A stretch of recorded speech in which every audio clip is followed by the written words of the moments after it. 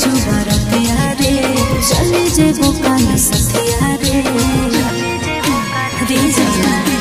अब छुआ जो बरतिया रे चले जेबो काल सथिया रे दुल्हा सिंदूर ले तो हाथ संग सुपारी के साथ दुल्हा सिंदूर ले तो हाथ संग सुपारी के साथ पगली उखाड़ी ले दीवानी सिंदूर ले आवी जाइए मुँह में आगिया हमारो के दे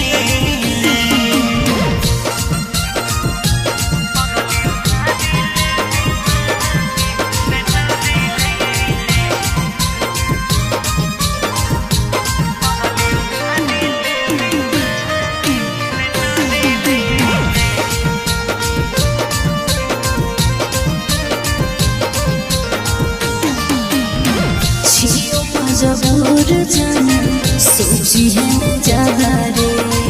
दिलवा तोरे के हमर रहो मेरा रे गे जा अखियाँ के सोझा बैठभी दोसरा संगे मारवा जियाते जी मर जैतौ पगलाया बरवा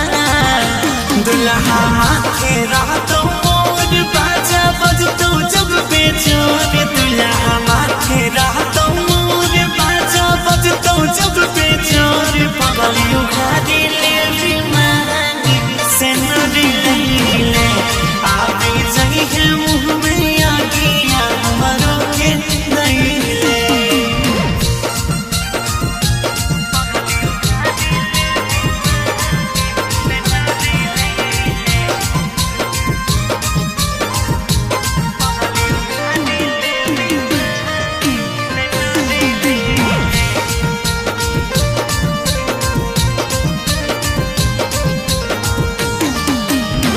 खाई के कहीं क्रिया ऐसा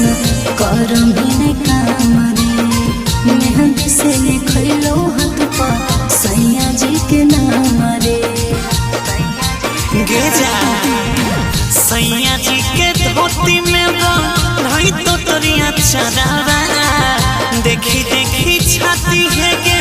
पीठ तो बेचरावा बनमी आशीष के जान छूटत